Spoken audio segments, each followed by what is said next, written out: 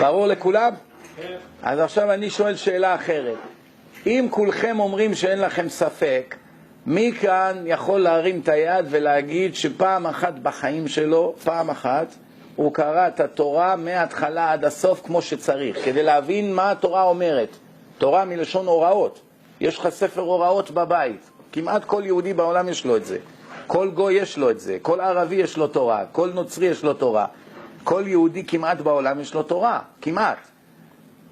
אז אני שואל, מי כאן יכול להגיד, אחרי שהוא מבין שזה ספר של בורא עולם, שהוא קרא אותו לפחות פעם אחת לראות מה תכלית החיים?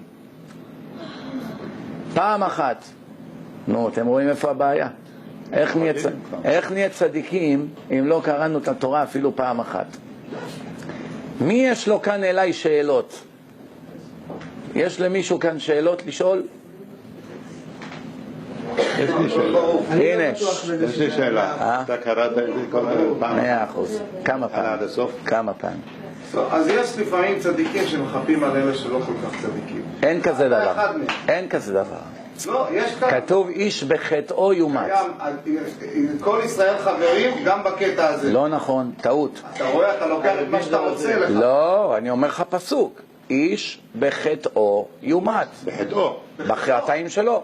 כל אחד אחראי למעשיו. הוא לא קרא את התורה, זה לא אומר שהוא עושה חטא. בטח שכן. לא כתוב בשום מקום בתורה שאתה חייב לקרוא אותה. אני אשאל אותך שאלה. בכל התורה. אני אשאל אותך שאלה.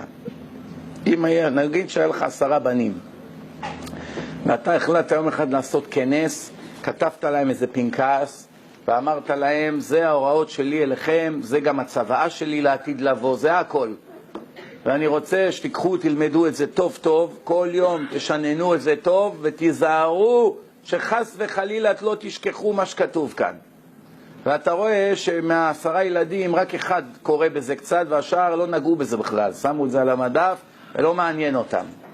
זה חטא בעיניך מה שהם עשו או לא? אחרי שהזהרת אותם להיזהר, לא לשכוח פרט אחד מהספר.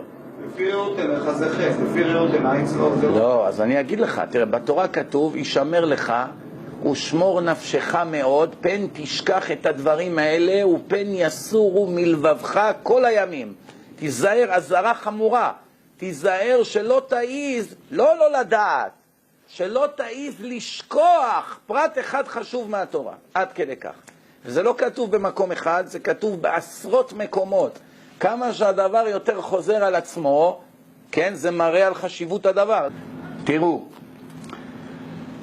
יש כמה דברים שהאדם יהודי צריך לעשות בחיים שלו, לפני שהוא עוזב את העולם הזה. דבר ראשון, הוא צריך ללמוד את התורה. התורה ניתנה לא בשביל שהיא תהיה תלויה על הקיר או שתהיה מונחת על המדף. כל יהודי או יהודייה חייבים, יש להם חיוב, לא כמו שאתה סובר. יש חיוב בתורה ושיננתם לבניך. אתה צריך ללמד אותם את הבנים שלך. ולא רק את הבנים שלך, גם את הנכדים שלך. לבניך ולבני בניך. והתורה היא לכל הדורות, לא רק לדור שקיבל אותו. לך ולבניך עד עולם. ככה כתוב, לדורותיכם. פסוקים מפורשים. ותדעו לכם דבר אחד. מהי הדת היחידה מתוך 80,000 דתות וכתות בעולם, שלהיות בור ועם הארץ זה פשע? רק היהדות. למשל, אם אתה מוסלמי ואתה לא יודע קוראן, אין לך עבירה. הוא צודק. אתה לא חייב לדעת קוראן. אתה רוצה ללמוד, תלמד. אתה לא רוצה, תשאל, כבר יגידו לך מה לעשות. אותו דבר נצרות. אתה לא חייב להיות תלמיד חכם, אין לך שום חיוב לדעת הברית החדשה. בתורה שלנו עשרות פעמים ישמר לך, תיזהר ושיננתם ולמדת והגית בם יומם ולילה. כל כך הרבה חיובים ליהודי שהוא חייב להיות חכם. עד כדי כך, שימו לב מה אומרת התורה. המשיא ביתו לעם הארץ, אחד שבא נותן לבת שלו להתחתן עם יהודי או ישראלי, שהוא עם הארץ. מה זה עם הארץ? לא, יכול להיות דוקטור, יכול להיות שופט בבית משפט עליון.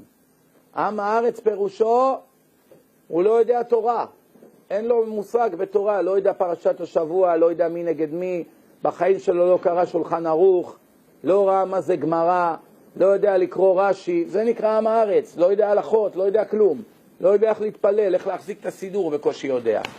המשיא ביתו לעם הארץ, כאילו כפתה לעץ לפני ארי. שומעים? תרגם לכם את זה בעברית פשוטה. מי שמסכים שהבת שלו תתחתן עם אחד שלא יודע תורה, זה כאילו לקח את הבת שלו, קשר אותה לעץ לפני אריה טורף. יש חמור יותר מזה, אדם שיעשה כזה דבר לביתו,